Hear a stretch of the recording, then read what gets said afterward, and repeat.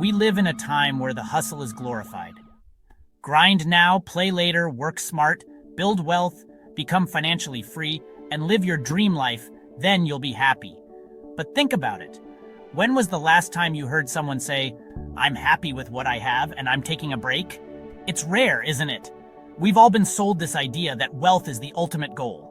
And let's be honest, wealth is great. But today I want to talk about something that doesn't get as much attention, the dark side of building wealth. Because, like everything else in life, there are trade-offs. You could be the next Jeff Bezos or Elon Musk. Maybe you've dreamt of owning a mansion, driving your dream car, paying off your mortgage, traveling the world, all those big dreams. And yes, money can help you get there. What if I told you that you could become a millionaire at 25? But have you ever stopped to ask yourself what that might cost you? Sometimes in our chase for financial success, we lose sight of what really matters. Hey KI viewers, sorry to cut in, but if you're enjoying the video so far, please hit that like button and subscribe to Knowledge Influx if you haven't already. It really helps the channel. Thanks. All right, let's keep going. Most of how we think, act, and feel about money is a product of our childhood, and whether or not our parents or caregivers were financially educated. Perhaps you grew up in a financially stable household where money was openly discussed, and your parents gave you what they couldn't have. You might engage in retail therapy without much concern and are less likely to become overly cautious with money.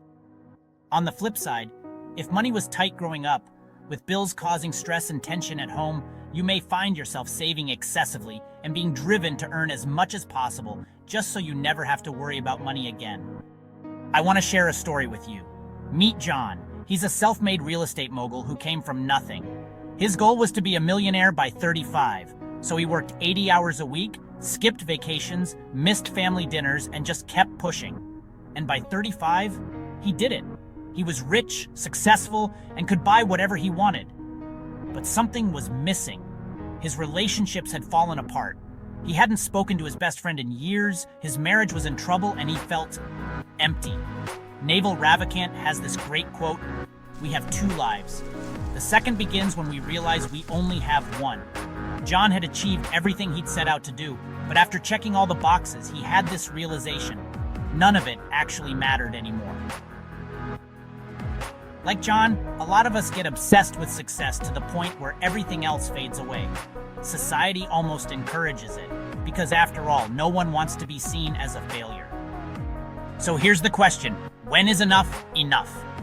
Back in 1995, Patrizia Reggiani hired a hitman to kill her ex-husband, Maurizio Gucci, the founder of the Gucci fashion brand. Why? She wanted control of the entire Gucci estate, and if her ex-husband remarried, she'd lose that control.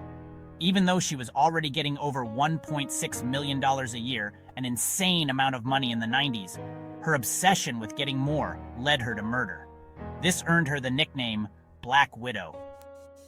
Morgan Housel, author of The Psychology of Money, suggests that greed often leads us to make risky decisions, even when we have enough to live comfortably. The more money we have, the more we crave it, creating a cycle of insatiable hunger. Money can also complicate relationships. Going back to the Gucci story, what could have driven a wealthy socialite to murder her own husband? A strain in their relationship, maybe fueled by greed. You've probably heard someone say, "I'm doing it for my family."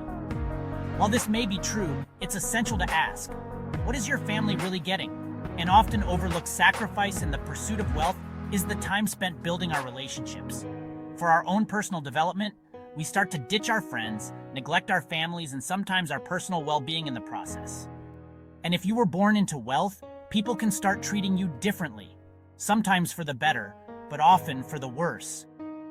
Wealth can create power struggles, jealousy, and all of a sudden, it's not about who you are, but what you have. And that can be a very lonely place to be. Another dark side of building wealth is that it can make us give our power away. There's a quote from philosopher Arthur Schopenhauer, "Wealth is like seawater. The more we drink, the thirstier we become. The drive to succeed can enslave us. When we idolize material possessions and status, we risk losing sight of the values that make life meaningful. We might compromise our self-worth, our values, and our pride. We may even do things we're not proud of, driven by the anxiety and self-doubt that come from tying our self-worth to our net worth. This can make us constantly second-guess our potential and the value we bring as human beings. Then, there's the subtle disconnect that comes with building wealth. As you become more successful, your social dynamics shift, your tastes change, your expectations change, and so does your social circle. Conversations that once felt natural now seem awkward. New relationships may feel transactional, leaving you wondering if people are only interested in your money. This fear of being used can make you push people away, which only deepens your loneliness. So where does that leave us? Now don't get me wrong, I'm not saying building wealth is bad, absolutely not. Financial freedom can be life-changing. Making money, getting rich, everyone dreams of it. Heck, I dream about it all the time. The idea of owning a beachside home, sipping cocktails, driving my favorite car, traveling the world, and not worrying about living paycheck to paycheck. The 9-to-5 employee who hates their job, the unemployed graduate who sent out hundreds of applications, and the student with a great business idea all want one thing, money, and they need lots of it. But we need to redefine what wealth truly means, because if you're sacrificing everything to achieve it, is it really worth it?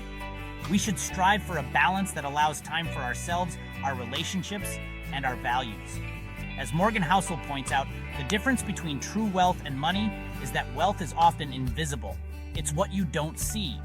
So I encourage you to ask yourself, what's my definition of wealth, and how can I achieve it without losing myself in the process? Because at the end of the day, money should enhance your life, not consume it.